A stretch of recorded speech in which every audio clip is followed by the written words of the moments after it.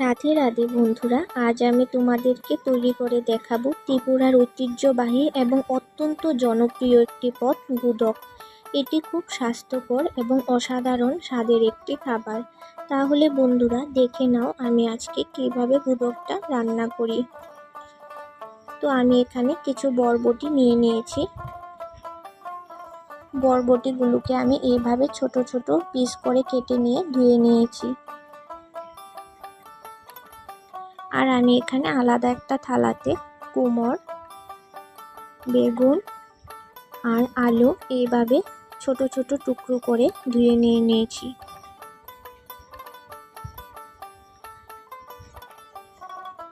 আর এখানে আমি 4টে শুটকি মাছ আঁশ ছাড়িয়ে নিয়ে পরিষ্কারভাবে ধুয়ে নিয়েছি। আর এখানে আমি টমেটো কুচি, পেঁয়াজ কুচি, আস্ত লঙ্কা, ধনে পাতা কুচিয়ে নিয়েছি আর লঙ্কা বাটা এবং রসুন বাটা বেটে রেখেছি। এখন আমি একটি কড়াই বসিয়ে কড়াইতে দিয়ে দিচ্ছি জল। তারপর আমি এখন দিয়ে দেব 1 চামচ নুন। নুনটা জলের সঙ্গে ভালোভাবে মিশিয়ে নিয়ে জলটা ফুটে আসলে আমি দিয়ে দেব কেটে রাখা বরবটিগুলো।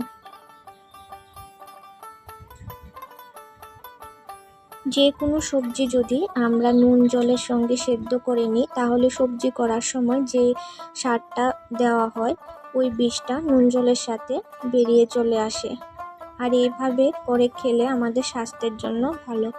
এখন আমি নুন জলের সাথে মিশিয়ে নিয়ে ঢাকা দিয়ে দিয়েছি যাতে বরবটিটা সেদ্ধ হয়ে যায়। আর আরেকটি কড়াইতে এখানে আমি কুমড়ো আলুটাকে আলাদাভাবে সেদ্ধ করে নিচ্ছি।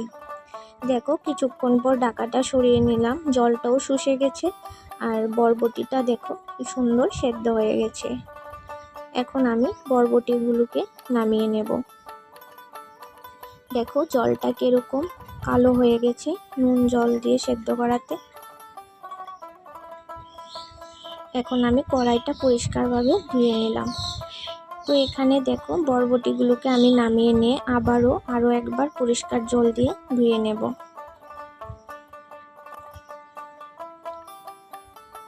আমরা যদি কিছু কিছু টিপস এভাবে মেনে চলি তাহলে আমাদের স্বাস্থ্যের জন্য খুবই উপকার। তো এদিকে দেখো কুমড়ো আলুটা সেদ্ধ হয়ে গেছে। এখন আমি একটা পাত্রে নামিয়ে নেব।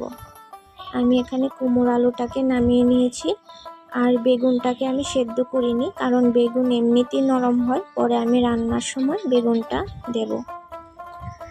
কড়াইটা আমি ধুয়ে নিয়ে এখন আমি আবারও একটু জল দিয়ে দিচ্ছি।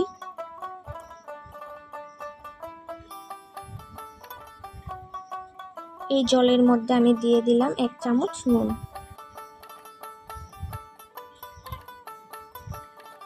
জলটা একটু ফেনা চলে এসছে, এখন আমি দিয়ে দেব কুচিয়ে রাখা পেঁয়াজ।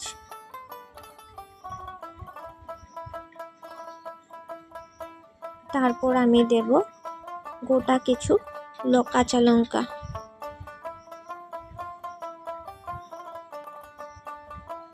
এখন আমি নুন ও জলের সাথে পেঁয়াজ ও লঙ্কাটাকে মিশিয়ে নেব। তারপর আমি কিছুক্ষণের জন্য একটু ঢাকা দিয়ে দেব যাতে পেঁয়াজ ও লঙ্কাটা সেদ্ধ হয়ে যায়। এই ফাঁকে আমি বরবটিগুলোকে হাত দিয়ে মেখে নিচ্ছি। গ্রাইন্ডারে পেস্ট করে দিলে বরবটিটা একদম বাটার মতো হয়ে যেত, তো খেতে ভালো লাগতো না। তো এই রান্নাতে আমি বরবটিটাকে মেখেই রান্না করব, তাহলে খেতেও ভালো লাগবে। আর এদিকে দেখো লঙ্কা ও পেঁয়াজটা সেদ্ধ হয়ে গেছে। আমি এখন হাতা দিয়ে লঙ্কাটাকে একটু ম্যাশ করে নেব। সব সময় গুদক রান্নার ক্ষেত্রে তোমরা যদি এরকম আস্তা কিছু লঙ্কা পেঁয়াজের সঙ্গে সেদ্ধ করে নাও, তারপর এরকম ম্যাশ করে নিলে লঙ্কার ঝালটা এই ঝোলের মধ্যে চলে আসে। আর গুদকটা খাওয়ার সময় লঙ্কাটা যখন মুখের মধ্যে পড়ে তখন খেতেও ভালো লাগে। আর গুদক তো এমনিতেই ঝাল করে রান্না করতে হয়। এই রান্নাতে আমি লঙ্কা গুঁড়ো ইউজ করব না, আমি এমনি লঙ্কা দিয়েই রান্নাটা করব। আর দেখো এখন আমি এখানে শুটকি মাছগুলো দিয়ে দিয়েছি। এই ঝোলটার মধ্যে শুটকি মাছটা গলে যাবে। আর এখন আমি দিয়ে দিলাম রসুন বাটা, তারপর দিয়ে দিচ্ছি লঙ্কা বাটা, তারপর দিয়ে দেব পেঁয়াজ বাটা।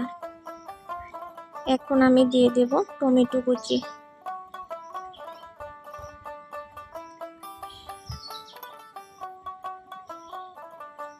এখন আমি সবগুলো এই ঝোলের সঙ্গে মিশিয়ে নিচ্ছি। আর টমেটোটাকেও একটু হাতা দিয়ে এরকমভাবে মিশিয়ে দিলাম।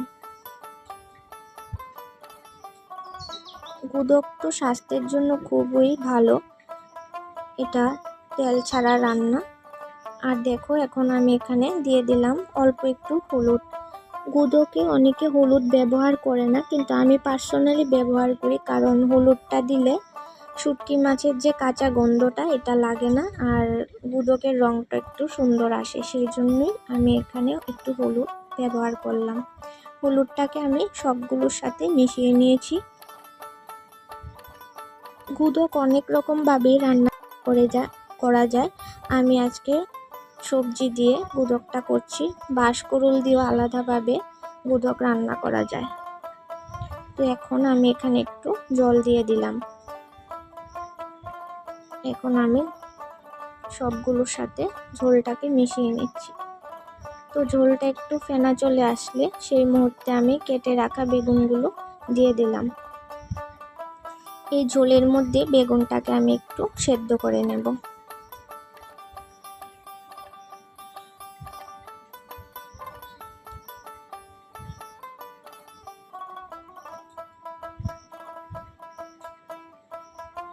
এখন আমি মেখে রাখা বরবটিটা এখানে দিয়ে দিলাম। এখন সব কিছু একসঙ্গে ভালোভাবে মিশিয়ে নেব।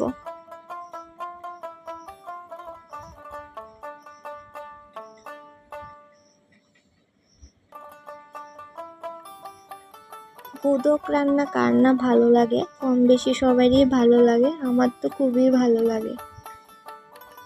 তো তোমরা এইভাবে গুদক রান্না করে বাড়িতে খেতে পারো। তো দেখো ঝোলের ফেনা চলে এসেছে, তারপর আমি একটু ঢাকা দিয়ে দিচ্ছি যাতে সবগুলো আরেকটু মিশে যায় এবং বেগুনটা আরেকটু নরম হয়ে যায়। তো দেখো কিছুক্ষণ পর আমি ঢাকাটা সরিয়ে নিলাম, বেগুনটাও সেদ্ধ হয়ে গেছে। এখন আমি আবারও একটু সবজিটাকে নেড়ে চেড়ে নিচ্ছি, আর শুটকি মাছটাও গলে গেছে। এখন আমি সেদ্ধ করে রাখা কুমড়ো আলুটাকে এখানে দিয়ে দিলাম। কুমড়ো আলুটাকে আমি সবজির সঙ্গে ভালোভাবে মিশিয়ে নিচ্ছি। কুমড়ো আলুটাকে আমি বেশি ভাঙবো না, হাতা দিয়ে এইভাবে আমি চেপে চেপে একটু মিশিয়ে দিচ্ছি।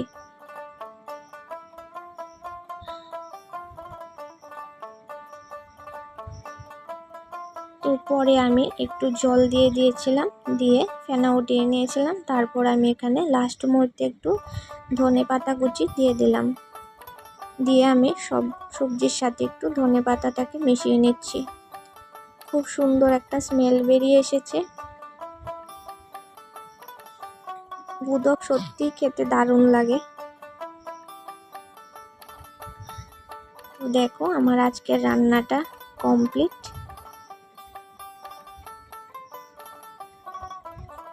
বন্ধুরা, আমার আজকের এই রেসিপিটি যদি তোমাদের ভালো লেগে থাকে অবশ্যই তোমাদের সব বন্ধুদের মধ্যে শেয়ার করে দিও, আর ভালো লাগলে অবশ্যই একটা লাইক করে নিও। আমার রান্নাটা হয়ে গেছে, এখন আমি গ্যাস অফ করে দিলাম। এখন আমি গুদকটাকে একটা পাত্রে নামিয়ে নেব। তো আমাদের আজকের সুস্বাদু গুদক রেসিপি তৈরি হয়ে গেল। এটি গরম ভাতের সাথে দারুণ লাগে। স্বাস্থ্যকর এবং সম্পূর্ণ তেলবিহীন এই পদটি ত্রিপুরার একটি অনন্য স্বাদ। তোমরাও বাড়িতে বানিয়ে চেষ্টা করে দেখতে পারো, অবশ্যই ভালো লাগবে। আর বন্ধুরা, আমার পেজটিকে ফলো করতে ভুলো না। আর যারা আমার ইউটিউব চ্যানেল থেকে দেখছো তারা প্লিজ আমার দীপিকা স্টাইল অফিসিয়াল চ্যানেলটিকে সাবস্ক্রাইব করে নিও। আজকের জন্য এতটুকুই, ধন্যবাদ।